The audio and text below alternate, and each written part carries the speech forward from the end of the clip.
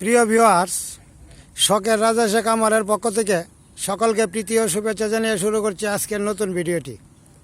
যারা দেশে বিদেশে এবং কাছে এবং দূরে থেকে আমার ভিডিওটি দেখেন, লাইক কমেন্ট করেন, শেয়ার করেন, তাদের প্রতি রইল আমার প্রীতি ও শুভেচ্ছা। আজকের বিষয়, রাজহাঁসের জন্য একটি নতুন খাদ্য সংযোজন করা হয়েছে নতুন পদ্ধতিতে। এই বিষয়টা আজকে আপনাদের সাথে শেয়ার করব।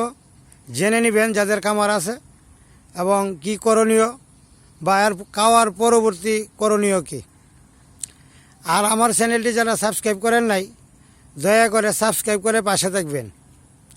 আর আমি এত কষ্ট করে যদি একটি খামার দিয়ে আমি আমার নিত্য নতুন ভিডিও আপলোড করতে পারি, তাহলে আপনাদের কাছে অবশ্যই আমি একটা লাইক কমেন্ট বা একটা শেয়ার অবশ্যই আশা করতে পারি। আর একটা সাবস্ক্রাইব অবশ্যই করবেন। এতে করে আমার কর্মস্পৃহা বা কাজের উদ্দীপনা বৃদ্ধি পাবে। আর এই উদ্দীপনা বৃদ্ধির সহযোগিতা আমি আপনাদের কাছে অবশ্যই কামনা করি। যাই হোক, আজকের আলোচ্য বিষয়ে আসা যাক।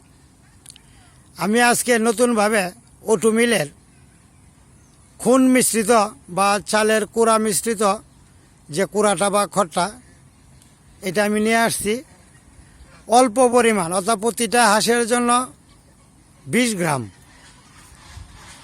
কুড়া।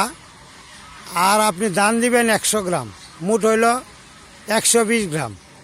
এর সাথে হালকা ঘাস কুচি কুচি করে বলে আরও দিতে পারেন 30 গ্রাম থেকে 50 গ্রাম দিয়ে একসাথে মিশ্রিত করে আপনি এইগুলিকে একত্রে মিশিয়ে একটা পাত্রে দিতে পারেন।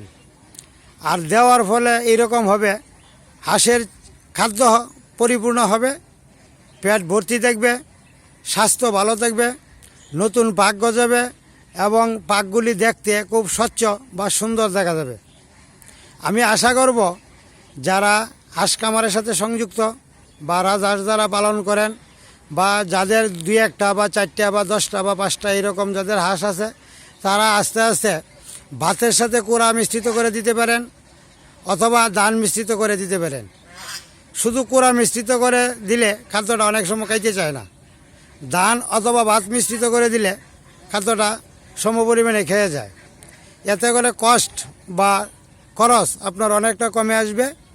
আর সবচেয়ে বড় বিষয় হচ্ছে হাঁসগুলির স্বাস্থ্য ভালো থাকবে। স্বাস্থ্য যদি ঠিক থাকে, অর্থাৎ একটা কথা প্রবাদে বলে, স্বাস্থ্যই সকল সুখের মূল। স্বাস্থ্য যদি ঠিক থাকে তাহলে আপনার নিরোগ হবে, রোগ আক্রমণ করতে পারবে না এবং রোগের প্রতিরোধ ক্ষমতা দিন দিন বৃদ্ধি পাবে।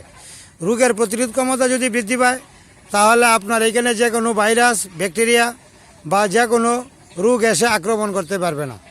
রোগের সাথে তারা যুদ্ধ করবে এবং রোগের যে ভাইরাস বা ব্যাকটেরিয়া থাকে সেগুলির সাথে প্রতিহত লড়াই করে জীবন ধারণ করবে।